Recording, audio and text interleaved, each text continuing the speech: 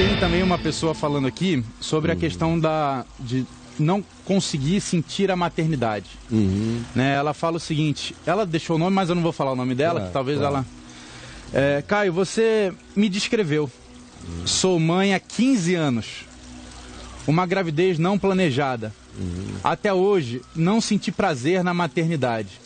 Ser responsável pela formação de outra pessoa me sufoca. Meu filho não tem culpa nenhuma, acaba sofrendo também. Mas eu tento ao máximo não passar esse peso para ele, mas sempre transborda. Me irrito quando vem aquelas santas mães que querem ensinar como ser a mãe melhor do mundo. Duvido que elas nunca tenham tido um dia de fúria e vontade de sumir no mundo por causa dos filhos. Sinceramente, é libertador poder falar o que sinto.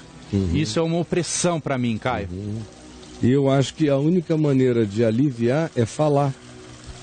É falar mesmo. Não falar piora muito mais. Agora, com quem falar é que é a sabedoria. Claro que os filhos têm que ficar fora disso. Eles não têm absolutamente nada a ver com isso. E quando você estiver nesse estado, saiba o seguinte, número 1, é uma condição irreversível.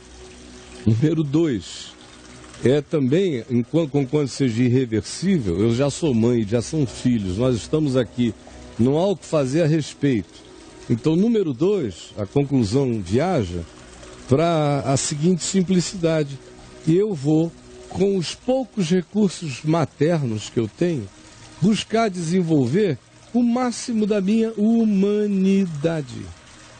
Porque eu acho que às vezes as mulheres que não têm um instinto materno exacerbadamente suficiente, forte, para cuidar com aquela alegria dos filhos e tudo mais, pioram muito pela culpa de não serem daquele jeito. E aí é que se tornam muito mais irritadas. Eu creio que uma das coisas que mais trazem agravo para uma mulher na sua condição é justamente o convívio com certas supermães que fazem da maternidade a sua glória, a sua coroa, o seu troféu, a sua exaltação, a sua passarela, o seu desfile, a sua declaração e a sua exibição de superioridade humana, moral, porque cuidam bem dos filhos. E uma mulher como você, ao lado de pessoas assim, tende a se culpar e a se cobrar e a se demandar imensamente. Então, a primeira coisa em relação a isso é parar de se comparar com as outras mães. Pare de se comparar com as outras mães. Você tem que ser a mãe que você consegue ser, que você pode ser. Mas não esqueça que você já é mãe. Portanto, você já parte de um pressuposto elevado na experiência humana. Ser mãe, por mais que você não tenha toda essa instintualidade materna tão desenvolvida, mas o simples fato de ter gerado filho já te põe num patamar de responsabilidade e de demanda de desenvolvimento da sua humanidade, da sua sabedoria, da sua calma. Isso você tem que saber, que vai ter que desenvolver para sempre. Segunda coisa, não tente ser mãe como as outras mães são. Não tente. Tente ser a mãe que você pode ser, que você consegue ser. E tente desenvolver os recursos que você tem, sem se comparar com a sua mãe, nem com a sua sogra, nem com as suas cunhadas, nem com as amigas que sejam desse tipo. Não entre nessas comparações, sob hipótese alguma. Seja a mãe possível e desenvolva o potencial dessa mãe possível. Se não existe em você um grande potencial materno, desenvolva a sua humanidade.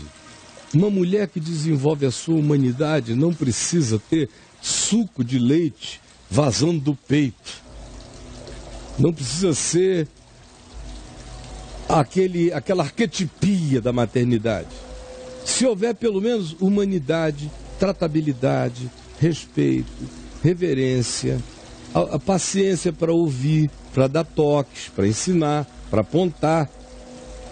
pelo menos, você já faz um encaminhamento que eu lhe diria, 90% da população, não nem tanto, mas 70% da população que tem mãe não tem esse encaminhamento. Que encaminhamento? É de uma boa mulher ao lado dos filhos. Uma boa mulher que não tenha todo esse instinto forte de maternidade, mas é um bom ser humano, é a professora dele na escola, não é? Uma ótima professora, às vezes não influencia uma criança no curso de 10, 15 anos mais do que uma mãe? Ou uma tia? Um instrutor de karatê? Um instrutor de karatê? Um instrutor de karatê legal. Que muda a vida de um cara no convívio. Então, por favor, se você não tem toda essa habilidade e esse potencial materno, pelo menos desenvolva a camaradagem, a vontade de ensinar o bem, de dar os toques, de indicar o caminho. E se algum dia eles cobrarem isso de você, seja honesta com eles. Honesto o suficiente para dizer: eu amo vocês, é a prova do meu amor que nós estamos aqui juntos todos esses anos, mas infelizmente eu não nasci dotada de alguns sentimentos, algumas expressões, algumas manifestações de natureza materna que outras mulheres têm. Eu não tive. Eu dei o que eu tive, o que eu tenho está aqui, eu estou botando na mesa para servir a todos nós. Na hora que você fizer isso e parar de se cobrar e de se comparar e de estabelecer para você um papel de Virgem Maria materna nessa relação, você vai ver o alívio que vai surgir. Simples fato de eu ter dito a você: pode falar sem medo. Você não vai ser julgada. Fale. Já te trouxe um alívio enorme. Quando você começar a praticar o que eu estou lhe dizendo, você vai ver como você vai melhorar na sua relação com ele. Quando você desistir de ser uma mãezona, você vai ser uma mulher legal com seus filhos, e essa mulher legal vai se transformar numa mãe bem razoável. Se você parar de se comparar com as mães tetudas que cuidam dos filhos de dia e de noite, cujo único prazer é esse.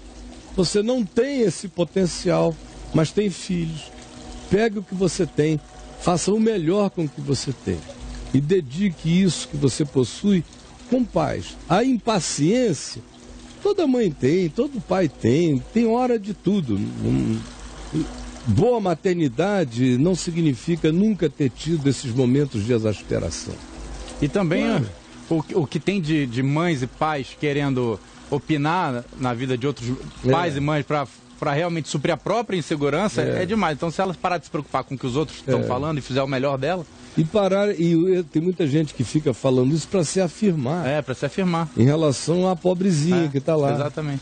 Aí, como ela já não é essas coisas, e ela não deve passar naqueles critérios, naqueles Enes maternos que as amigas aplicam, né? Não está na hora sempre, não faz isso, não faz aquilo. A super nani. Então já está reprovada. Então, por favor, pare com isso. Porque tem um bocado de gente aqui, de mulher andando com Jesus nos evangelhos, que não passariam no teste do Enem da super nani. Não passaria. Uma mulher que deixou o marido para trás, filho, não sei o que foi adiante. E a família de Jesus, do ponto de vista desse pessoal, a família toda é disfuncional, né? Não, tem mãe que não consegue nem se chamar de mãe. Né? Tem mãe que quando perguntam, fala: não, eu não tenho filho. E tem mãe que obriga o filho a chamá-la pelo nome. E de senhor. Ou então chamar de: garoto, vem correndo para você, papai. Isso não, me chama de Caio. Como eu vejo avô, que a criancinha vem correndo: vovô. Isso não é titio. Tá cheio de gente assim. A mamãe pede para eu chamar ela de titia às vezes, né? Quando eu tô já implicando muito com ela, chamando ela de mãe demais. Ela não me chama de tia um pouco. Não, é só brincadeira. E todo pai e toda mãe tem hora que querem ficar longe de qualquer conversa de filho. É natural, claro. E o filho entende também isso. Eu entendo a mamãe não aguentar mais eu chamar ela de mãe.